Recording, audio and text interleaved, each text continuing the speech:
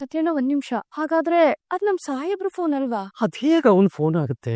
ಇಲ್ಲ, ಅದು ನನ್ನ ಫೋನು. ಅವನ್ ಫೋನ್ ಅಲ್ಲಿರೋ ಸಾಹಿತ್ಯ ಫೋಟೋನ ಅವ್ನ್ ಯಾವತ್ತೂ ಮರ್ತು ಕೊಡ್ಬೇಕು ಅಂತ ಡಿಲೀಟ್ ಮಾಡಿ ಬಿಸಾಕ್ಬಿಟ್ಟಿದ್ದಾಳೆ. ಸತ್ಯಣ್ಣ ಹೌದಾ? ಹೌದು, ಇವತ್ ಸಾಹಿತ್ಯನ ಫೋಟೋ ತೋರಿಸ್ದಾಗಿಂದ ಅಜಿತ ತುಂಬಾ ಮಂಕಾಗ್ಬಿಟ್ಟಿದ್ದಾರೆ. ಅಲ್ಲ ಸತ್ಯನ, ಅವಳನ್ನ ಮರಿಬೇಕು ಅನ್ಕೊಂಡಿದ್ದೆ, ಮತ್ತೆ ಯಾಕೆ ಆ ಫೋಟೋ ತೋರಿಸಿದ್ರಿ ಅಂತ ನನ್ ಮೇಲೆ ಸಿಟ್ಟು ಮಾಡ್ಕೊಂಡು ನಿಲ್ಸ್ಬಿಟ್ಟಿದ್ದಾನಮ್ಮ. ಏನ್ ಸಾಹೇಬ್ರ ನೀವು? ಪಾಪ ಸತ್ಯಣ್ಣ. ಅಲ್ಲ, ಆ ಫೋಟೋ ತೋರ್ಸಿದ್ ನಮ್ಗೋಸ್ಕರನೇ ತಾನೆ. ಅದನ್ನ ಅರ್ಥ ಮಾಡ್ಕೊಳ್ದೆ ನೀವು ಅವ್ರ ಮೇಲೆ ಕೋಪ ಮಾಡ್ಕೋತೀರಾ? ನೋಡಿ, ಅವ್ರು ಎಷ್ಟು ಬೇಜಾರ್ ಮಾಡ್ಕೊಂಡಿದ್ದಾರೆ. ಅವ್ರ ಮುಖ ನೋಡಿ ಎಷ್ಟು ಸಪ್ಪೆ ಆಗಿದೆ. ಪಾಪ ಅವರು. ಕ್ಷಮಿಸ್ಬಿಡಿ ಸಾಹೇಬ್ರೆ ಅವ್ರನ್ನ. ಸಾಹೇಬ್ರೆ, ಏನ್ ಯೋಚನೆ ಮಾಡ್ತಿದ್ದೀರಾ? ಪಾಪ ಸತ್ಯಣ್ಣ, ಕ್ಷಮಿಸಿ ಅವ್ರನ್ನ. ಒಬ್ಬ ನನ್ಗೋಸ್ಕರನಾದ್ರೂ ಕ್ಷಮಿಸ್ತೀರಾ? Please please please please. ನೀನ್ ಇಷ್ಟೊಂದು ಫೋರ್ಸ್ ಮಾಡ್ತಿದ್ಯಾ ಅನ್ನೋ ಕಾರಣಕ್ಕೆ ದೊಡ್ಡ ಮನ್ಸ್ ಮಾಡಿ ಸತ್ಯನಂಗ್ ಕ್ಷಮಿಸ್ತೀನಿ. ಕ್ಷಮಿಸ್ಬಿಟ್ರು ಸಾಹೇಬ್ರು. ಸಾಹೇಬ್ರೆ, ನಿಮ್ಗದಕ್ಕೆ ಎಷ್ಟು ಒಳ್ಳೆ ಗುಣ ಇದೆ. ಅವೊಬ್ಬ ಹೇಳಕ್ಕೆ ಆಗಲ್ಲ. ಇಂತ ಒಳ್ಳೆ ಮನ್ಸು ನಾನು ಎಲ್ಲೂ ನೋಡೇ ಇಲ್ಲ. ಇದೇ ಖುಷಿಗೆ ಊಟ ಮಾಡೋಣ ಬನ್ನಿ. ಸತ್ಯನಾ, ನೀವು ಊಟಕ್ಕೆ ಬನ್ನಿ. ಬನ್ನಿ. ಸತ್ಯಮೇವ ಜಯತೆ. ಆಗುವುದೆಲ್ಲ ಒಳ್ಳೆಯದಕ್ಕೆ ಆಗ್ಲಿ. ಈಗ ಭರ್ಜರಿ ಹೊಟ್ಟೆ ತುಂಬ ಬಾರಿಸೋದಂತೆ ಕೆಲಸ. ಸತ್ಯಣ್ಣ, ಬಂದೆ. ಮ್ಯೂಟ್ ಆಗಿ ನಿಂತ್ಕೊಬಿಟ್ರೆ ಹೇಗೆ? ಮಾತಾಡಿ. ಸೈಲೆನ್ಸ್ ಅನ್ನೋದು ತುಂಬಾ ಭಯಾನಕವಾಗಿರುತ್ತೆ ಅಶ್ವಿನಿ. ಹೇಗೆ ಅಂತ ಈ ದೇವ್ಯಾನಿನ ಪ್ರಶ್ನೆ ಮಾಡ್ದವ್ರು ಯಾರು ಬದುಕಿಲ್ಲ ಪಾಪ. ಏನು ಹೆದರ್ಸ್ತಾ ಇದ್ದೀರಾ? ಇನ್ನು ಡೌಟಾ ನಿಂಗೆ? ಲುಕ್, ಅಂಜುಗೂ ನಚ್ಚಿಗೂ ಮದ್ವೆ ಫಿಕ್ಸ್ ಆಗಿ ಅವ್ರಿಬ್ರು ಮಧ್ಯೆ ನೀನ್ ಇಂಟರ್ಫಿಯರ್ ಆಗ್ಬಾರ್ದು ಅಂತ 1000 ಸಲ ಹೇಳಿದೀನಿ, ವಾರ್ನಿಂಗು ಕೊಟ್ಟಿದ್. ಆದ್ರೂ ನೀನು ಗೋಡೆ ಮೇಲಿನ ಕಲ್ಲಿ ತರ ಅವ್ದಾಗ ಲೊತ್ತು ಕೊಡ್ತಾನೆ. ಇದನ್ನ ಅಜಿತ್ ತೋರ್ಸಿದ್ರೆ ಏನಾಗುತ್ತೆ ಅಂತ ಗೊತ್ತಿದೆ ತಾನ್? ಏನಾಗ್ಬೋದು? ಮಹಾ ಅಂದ್ರೆ ನನ್ನನ್ನ ಮನೆಯಿಂದ ಓಡಿಸ್ಬೋದು. ಅದೇ ನಾನ್ ತೋರ್ಸೋ ವಿಡಿಯೋನ ನೋಡ್ದ ಅಂತ ಅಂದ್ಕೊಳ್ಳಿ. ನೀವು ಪರ್ಮನೆಂಟ್ ಆಗಿ ಪರಪ್ಪನಗರ ಜೈಲಲ್ಲಿ ಪರೋಟ ತಟ್ಟತಾ ಇರ್ತೀರ. ವಾಟ್? ನಿಜವಾದ ಸೈಲೆನ್ಸ್ ಅಂದ್ರೆ ಹೀಗಿರತ್ತೆ, ಭಯಾನಕವಾಗಿ. ಅಲ್ಲ, ಕಟ್ಕೊಂಡು ಗಂಡನ್ನೇ ಗುಂಡಿಯೊಳಗ್ ಮಲಗಿಸಿ ಆ ಆರೋಪನೆಲ್ಲ ಶ್ರವಣ್ ತಲೆ ಮೇಲ್ ಕಟ್ಟಿ ಅಬಾಬಾಬಾಬಾಬಾಬಾ ಇಷ್ಟೆಲ್ಲಾ ಡ್ರಾಮಾ ಆಡಿದೀರಾ ದೇವ್ಯಾನಿ ಅವ್ರೆ ನೀವು. ಈ ವಿಡಿಯೋ ಹೇಗ್ ಸಿಕ್ತು ನಿಂಗೆ? ಈ ವಿಡಿಯೋ ನನಗೆ ಹೇಗ್ ಸಿಕ್ತು ಅನ್ನೋದು ಇಂಪಾರ್ಟೆಂಟ್ ಅಲ್ಲ ದೇವ್ಯಾನಿ ಅವ್ರೆ. ಈ ವಿಡಿಯೋ ಇಂದ ನಿಮಗೇನ್ ಆಗಬಹುದು ಅನ್ನೋದು ಇಂಪಾರ್ಟೆಂಟ್. ತೋರಿಸ್ಲಾ ಈ ವಿಡಿಯೋನ ನಿಮ್ ಮನೆಯವ್ರಿಗೆ? ಬೇಡ ಪ್ಲೀಸ್. ನಿನಗ್ ಏನ್ ಬೇಕು ಹೇಳು. ನಚ್ಚಿ ಜೊತೆ ನನ್ ಮದುವೆ ನಡಿವೆ, ಅದನ್ನ ನೀವೇ ಮುಂದೆ ನಿಂತು ನಡೆಸ್ಕೊಡ್ಬೇಕು. ಆಗತ್ತಾ ಅಂತ ನಾನ್ ನಿಮ್ಮನ್ ಕೇಳಲ್ಲ, ಆಗ್ಬೇಕು. ಏನು?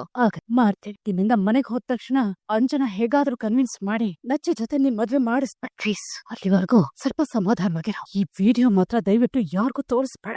ಈ ಭಯ ಹೀಗೇ ಇರ್ಲಿ. ಎಲೆ ಎಲ್ಲಾ ಕ್ಲೀನ್ ಮಾಡ್ಕೊಂಡ್ ಕೂತಿದ್ದಾರೆ. ಅದೇನ್ ಗರ ಬಡ್ದವ್ರಂಗ್ ನಿಂತಿದ್ದೀರಲ್ಲ, ಗಳಿಗೆ ಏನಾದ್ರು ಕೂಡ್ ಬರ್ಬೇಕಾ? ಬಡ್ಸಿ.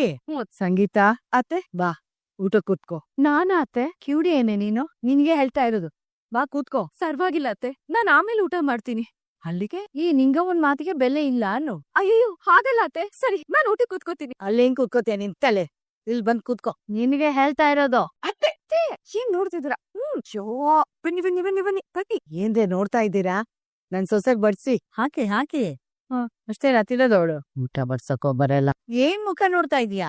ತಿನ್ನು. ಕೇಶವ, ನಮ್ ಸಂಗೀತ ಅಮ್ಮನ್ ಪಕ್ಕ ಕೂತ್ಕೊಡಕ್ಕೆ ಇಷ್ಟು ವರ್ಷ ಬೇಕಾಯ್ತು. ಬಾಬಾ, ನಾನ್ ಹೇಳಿದ್ರಿಲ್ವಾ ಇಮ್ನೆಲ್ಲ ಟೈಮ್ ಶುರು ಆಗುತ್ತೆ ಅಂತ. ಆ ಟೈಮ್ ಇದೆ ನೋಡಿ. ಅಣ್ಣ, ಅಮ್ಮ ನಿಧಾನಕ್ಕೆ ಬದಲಾಗ್ತಾ ಇದಾರಲ್ವಾ, ಎಷ್ಟೆಲ್ಲ ನಮ್ಮ ಮನಸ್ವಿನಿ ಮಹಿಮೆ. ನೀವ್ ತಗೊಳ್ಳಿ ಸಾಹೇಬ್ರೆ. ಏನದು? ಯಾವನೇ ಸಾಹೇಬ? ನಾವ ಈಸ್ ತಗೊಳ್ಳಿ. ಏನಾದು? ಒಬ್ರಿಗೊಬ್ರು ಸನ್ನೆ ಮಾಡ್ಕೊಂಡು ಬಾಯಿಲ್ಲ ನಿಮ್ಗೆ? ಏನಿಲ್ಲಪ್ಪ. ಇದು ಒಳ್ಳೆ ಚೆನ್ನಾಗಾಯ್ತು ನಿಂಗೆ. ಅಲ್ಲ, ನನ್ನ ಅತ್ತೆ ಮಗಳಿಗೆ ನಾನು ಒಂದ್ ತುತ್ತು ತಿನ್ಸೋದ್ರಲ್ಲಿ ಏನ್ ತಪ್ಪಿದೆ? ಅಷ್ಟು ಸ್ವಾತಂತ್ರ್ಯ ಇಲ್ವಾ ನನ್ಗೆ? ಹೇ, ಖಂಡಿತ ಇದೆ. ಅವನೇನ್ ಕೇಳದ್ದ? ಮತ್ತ್ಯಾಕೆ ನಾನಿಲ್ಲಿದ್ದೀನಿ ನಾರಾಯಣ ಅಂತ ಬಂದ್ಬಿಡ್ತೀಯ? ಲೇ ಮೊಮ್ಮಗನೆ, ಮಾವನ್ ಮಗಳ ಮೇಲೆ ನಿನ್ಗೆ ಖಂಡಿತ ಅಧಿಕಾರ ಇದೆ. ಸರಿ, ಹಂಗೆ. ಆದ್ರೆ ಅದು ಮದ್ವೆಗ್ ಮುಂಚೆ. ಏನಜ್ಜಿ ಇಷ್ಟು ಡಿಸಪಾಯಿಂಟ್ ಮಾಡ್ಬಿಟ್ರಿ ನೀವು? ತುಂಬಾ ವರ್ಷಗಳಾದ್ಮೇಲೆ ಮಾವನ್ ಮಗಳು ಸಿಕ್ಕಿದ್ದಾಳೆ, ಅವ್ರಿಗೆ ಪ್ರೀತಿಯಿಂದ ಒಂದ್ ತುತ್ತು ತಿನ್ಸೋಣ ಅಂತ ಹೇಳಿದ್ರೆ ಹಿಂಗ್ ಹೇಳದ ನೀವು? ಅಲ್ಲ, ನಂಗು ಒಂದ್ ತುತ್ತು ತಿನ್ಸೋ ಸ್ವಾತಂತ್ರ್ಯನೂ ಇಲ್ವಾ? Very bad. I am very disappointed. ಆಯ್ತು, ಅಷ್ಟೆಲ್ಲ ಫೀಲ್ ಮಾಡ್ಕೋಬೇಡ. ಇದೇ ಕೊನೆ. ಇನ್ಮೇಲೆ ಈ ತರ ಆಸೆಗಳನ್ನೆಲ್ಲ ಇಟ್ಕೋಬೇಡ ಮೊಮ್ಮಗ್ನೆ. ಇಲ್ಲಪ್ಪ. ಮನೇಲಿ ನಿನ್ ಹೆಂಡತಿ ಗೊತ್ತಾದ್ರೆ ತಪ್ಪು ತಿಳ್ಕೊಬಹುದು. ಸಮಾಜ ನಮ್ ಮನಸ್ವಿನಿ ಬಗ್ಗೆ ಕೆಟ್ಟದಾಗ ಆಡ್ಕೋಬಹುದು. ಮದ್ವೆ ಆಗ್ಬೇಕಾಗಿರೋ ಹುಡುಗಿ, ಅವಳಿಗೆ ಅಪವಾದ ಬರೋದ್ ಬೇಡ. ಏನೋ? ಅಯ್ಯೋ, ನೀನೇನ್ ಹೇಳ್ತೀಯ ಅದೇ ನಿಂಗೆ ಕಾನ್ಫರ್ಮೇಸ್. ಏ ಶ್ರವಣ, ಮೊನ್ನೆ ಮಾತಾಡುವಾಗ ಒಳ್ಳೆ ಹುಡುಗ ಸಿಕ್ಕ್ರೆ ಮನಸ್ವಿನಿಗೆ ಮದ್ವೆ ಮಾಡ್ತೀನಿ ಅಂದಿಯಲ್ಲ ನೀನು. ಹೇಳಿದ್ದೆ, ಆದ್ರೆ ಈಗಿನ ಕಾಲದಲ್ಲಿ ಒಳ್ಳೆ ಹುಡುಗ ಸಿಗೋದು ಕಷ್ಟ ಅಲ್ಲ, ಅದಕ್ಕೆ ಕೊಡ್ತಾ ಇದೀವಿ. ಸಿಕ್ಕಿದ ತಕ್ಷಣ ಬ್ಯಾಂಡ್ ಬಾರಿಸದೆ. ಆ ಬ್ಯಾಂಡ್ ನಾನೇ ಬಾರಿಸ್ತೀನಿ. ನನಗ್ ಗೊತ್ತಿರೋ ಒಬ್ಬ ಹುಡುಗ ಇದ್ದಾನೆ. ಯಾರಮ್ಮ ಹುಡುಗ? ನಿಮ್ ಪ್ರಸಾದ್ ಇಲ್ವೇನೋ ಕೇಶ್ವ? ಅತ್ತೆ, ನಮ್ ಪ್ರಸಾದಿನ ಒಳ್ಳೆ ಹುಡುಗ.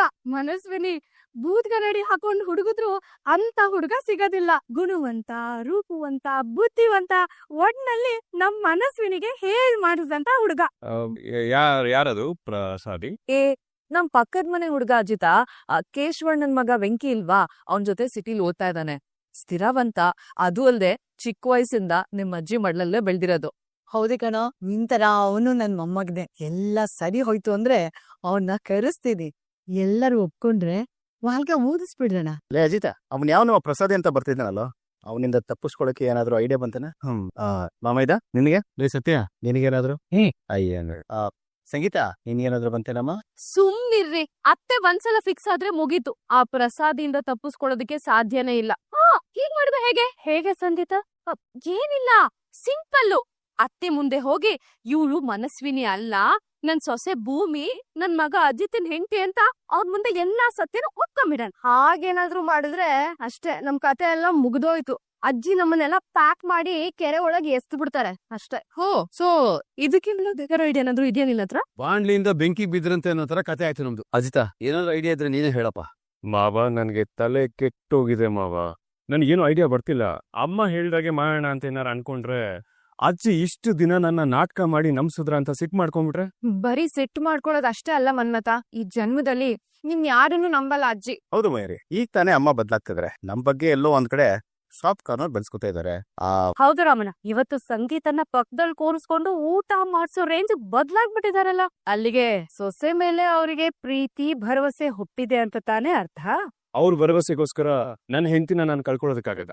ಅಂದ್ರೆ ನನ್ನ ಉದ್ದೇಶ ಅಜ್ಜಿ ಭರವಸೆನೂ ಉಳಿಸ್ಕೋಬೇಕು, ಹಾಗೆ ಭೂಮಿನೂ ಪ್ರಸಾದಿಯಿಂದ ತಪ್ಪಿಸ್ಬೇಕು. ಒಂದು ಕಲ್ಲಲ್ಲಿ 2 ಹಕ್ಕಿನ ಬೀಳ್ಸೋ ಹಾಗೆ ನಾವು ಪ್ಲಾನ್ ಮಾಡ್ಬೇಕು. ಆತರ ಏನಾರ ಐಡಿಯಾ ಇದ್ರೆ ಏನ್ ಐಡಿಯಾ? ನಾನೊಂದು ಉಪಾಯ ಇಲ್ಲ ನೋಡಿ. ಯಾವ ಪ್ರಸಾದಿನಾದ್ರೂ ಬರ್ಲಿ, ನೈವೇದ್ಯನಾದ್ರೂ ಬರ್ಲಿ, ಯಾವ ತೀರ್ಥನಾದ್ರೂ ಬರ್ಲಿ, ನಾವ್ ಯಾರು ತಲೆ ಕೆಡ್ಸ್ಕೊಳೋದ್ ಬೇಡ. ನಾವ್ ಏನ್ ನಾಟಕ ಮಾಡ್ತಾ ಇದೀವೋ ಅದನ್ನ ಹಾಗೆ ಮುಂದುವರ್ಸೋಣ. ಅಲ್ಲ, ಆ ಪ್ರಸಾದ್ ಏನಾದ್ರೂ ನೀನ್ ಒಪ್ಕೊಬಿಟ್ರೆ? ಆ ಪ್ರಸಾದಿ ಒಪ್ಕೊಂಡ್ರೆ ಸಾಕ, ನನ್ನ ಒಪ್ಕೆ ಬೇಡ್ವಾ? ನೋಡಿ, ಸತ್ಯನಾರಾಯಣ ಪೂಜೆ ಮುಗಿಯೋವರೆಗೂ ನನ್ನ ಯಾರು ಡಿಸ್ಟರ್ಬ್ ಮಾಡ್ಬೇಡಿ. ಪೂಜೆ ಮುಗಿದ್ಮೇಲೆ ನನ್ನ ಅಭಿಪ್ರಾಯ ಏನಿದೆ ಅಂತ ನನ್ನ ಅಜ್ಜಿಗೆ ಹೇಳ್ತೀನಿ. ಪೂಜೆ ಮುಗೀತು ಅನ್ಕೋ, ಆದ್ರೆ ಎಲ್ಲಿಗೆ ಬಂದಿದ್ರೆ ಅಲ್ಲಿಗೆ ಬಂದೆ ಅನ್ನೋ ರೀತಿಯಲ್ಲಿ ಮತ್ತೆ ಕತೆ ಮೊದಲಿಗೆ ಶುರು ಆಗತ್ತಲ್ಲ, ಆಗೇನ್ ಮಾಡ್ತೀನಿ ನೀನು? ಸತ್ಯನ ಅಷ್ಟ್ರಲ್ಲಿ ನಮ್ಮ ಅತ್ತೆ ಮತ್ತೆ ಅಜ್ಜಿ ಇನ್ನೊಂದಷ್ಟು ಹತ್ರ ಆಗಿರ್ತಾರೆ. ಒಳ್ಳೆ ಸಮಯ ನೋಡಿ ನಾವೆಲ್ಲ ಕೂತು ಅಜ್ಜಿ ಹತ್ರ ನಿಜ ಹೇಳ್ಬಿಡೋಣ. ಒಂದ್ ವೇಳೆ ಅದು ಆಗ್ಲಿಲ್ಲ ಅಂದ್ರೆ, ನಮ್ಗೇನೋ ಕೆಲ್ಸ ಇದೆ, ಅರ್ಜೆಂಟ್ ಆಗಿ ಹೋಗ್ಬೇಕು ಅಂತ ಯಾವ್ದೋ ನೆಪ ಹೊಡ್ಕೊಂಡು ನಮ್ ಊರಿಗೆ ನಾವ್ ವಾಪಸ್ ಹೋಗ್ಬಿಡೋಣ. ಸದ್ಯಕ್ಕೆ ಭೂಮಿ ಹೇಳ್ತಿರೋದೇ ಒಳ್ಳೆ ದಾರಿ ಅಂತ ನನ್ಗ ಅನಿಸ್ತಿದೆ ಅಪ್ಪ. ನನಗೂ ಹಾಗೆ ಅನಿಸ್ತದೆ. ಹಾಗಾದ್ರೆ ಸದ್ಯಕ್ಕೆ ಸುಮ್ನೆ ಇದ್ಬಿಡೋಣ ಅಂತೀರಾ? ಮಾವ, ನಾನ್ ಹೇಳಿದ್ನಲ್ಲ, ಪ್ರಸಾದಿ ನಿರ್ಧಾರಕ್ಕಿಂತ ನನ್ ನಿರ್ಧಾರ ತುಂಬಾನೇ ಮುಖ್ಯ ಅಜ್ಜಿಗೆ. ನೀವೆಲ್ಲರೂ ಸುಮ್ನೆ ತಲೆ ಕೆಡ್ಸ್ಕೋಬೇಡಿ. ಅಜ್ಜಿನ ನಾನ್ ಹ್ಯಾಂಡಲ್ ಮಾಡ್ತೀನಿ. ನಾಲಿಗೆ ಆ ಭಗವಂತನೇ ನಮ್ಮನ್ನೆಲ್ಲ ಕಾಪಾಡ್ಬೇಕು. ಬೇವೇ ಅಯ್ಯೋ, ನೀವೆಲ್ಲರೂ ತುಂಬಾನೇ ಟೆನ್ಷನ್ ಮಾಡ್ಕೊಂಡ್ಬಿಟ್ಟಿದೀರಾ. ನಾನು ಹೋಗಿ ಬಿಸಿ ಬಿಸಿ ಟೀ ಮಾಡ್ಕೊಂಡ್ ಬರ್ತೀನಿ, ಎಲ್ರೂ ಸುಧಾರ್ಸ್ಕೊಳ್ಳೋರು. ಅಮ್ಮ ಸಾಯ್ಬ್ರೆ. ಸಾರಿ, ನನ್ಗೊಂದು ಡೌಟ್. ಏನ್ ಡೌಟು? ಅದು ನೋಡೋದಕ್ಕೆ ಪ್ರಸಾದಿ ಸ್ಮಾರ್ಟ್ ಆಗಿದ್ದು, ಇಂಟೆಲಿಜೆಂಟ್ ಆಗಿತ್ತು. ಅವನೇನಾರು ನಿನ್ನ ನೋಡಿ ಎಸ್ ಅಂದು, ನಿಂಗವಜ್ಜಿ ಏನಾದ್ರು ನಿನ್ನ ಕೇಳಿದ್ರೆ ನೀನೇನಾದ್ರು ಎಸ್ ಅನ್ಬಿಡ್ತೀಯ? ಪ್ರಸಾದಿ ಹೆಸರು ಕೇಳಿ ನಮ್ ಸಾಹೇಬ್ರೆ ಯಾಕೆ ಇಷ್ಟೊಂದು ಟೆನ್ಷನ್ ಆಗ್ತಿದ್ದಾರೆ? ನಾನ್ ನಿನ್ನ ಕ್ವಶನ್ ಮಾಡ್ದೆ, ಆನ್ಸರ್ ಮಾಡೋದ್ ಬಿಟ್ಟು ನನ್ನ ಹೀಗ್ ನೋಡ್ತಿದ್ಯಲ್ಲ.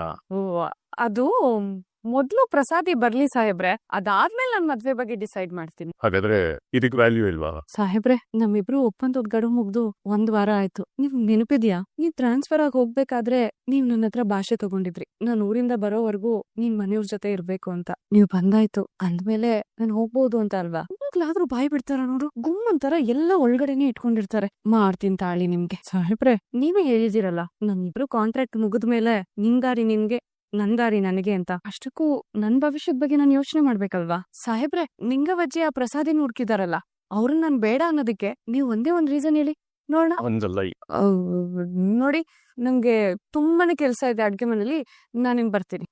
ಸಾಹೇಬ್ರೆ, ಏನ್ ಮಾಡಿದ್ರಿ ಸಾಹೇಬ್ರೆ? ಚಿಕ್ಕ ಮಕ್ಳ ತರ ಹಠ ಮಾಡ್ತಿರಲ್ಲ, ತುಂಬಾ ನೋವಾಗ್ತಿದ್ಯಾ? ಬಟ್ ಏನ್ ಸಾಹೇಬ್ರೆ ನೀವು? ಭೂಮಿ, ನಾನು ಅಲ್ವೋ, ಇನ್ನು ನೋಡ್ದೇ ಇರೋ ಪ್ರಸಾದಿ ಬಗ್ಗೆ ತಲೆ ಕೆಡಿಸ್ಕೊಂಡು ನಿನ್ ಕೈಗೆ ಹಾಕೋ ಪೆಟ್ ಮಾಡ್ಕೊಂಡೆ. ಹಾಳಾದವನು, ಅವನ್ನ ನೆನೆಸ್ಕೊಂಡ್ರೆ ಅವನ್ನ ಹುಡುಕಿ ಅವ್ನ ಕೆನ್ನೆಗ್ 4 ಬಾಸಿ ಕಾಲ್ ಕೆಳಗೋಗಿ ತೂರ್ ಬಿಡುವಷ್ಟು ಕೋಪ ಬರ್ತಿದೆ. ಇಷ್ಟಕ್ಕೂ ಇದ್ರಲ್ಲಿ ಪ್ರಸಾದಿ ಅವ್ರ ತಪ್ಪೇನಿದೆ? ಅಜ್ಜಿ ಕರಿತಾ ಇದಾರೆ, ಅವ್ರು ಬರ್ತಾ ಇದಾರೆ, ಅಷ್ಟೇ ಅಲ್ವಾ? ನನಗ್ ನೀವು ಮತ್ತೆ ನಿಮ್ಮತ್ತೆ ಇಬ್ರು ಹೊಟ್ಟಿಗಿರೋದನ್ನ ನೋಡ್ಬೇಕು. ಅದ್ ನೆರವೇರದ್ಮೇಲೆ ನಾನ್ ಮನೆ ಬಿಟ್ಟು ಹೋಗೋದು.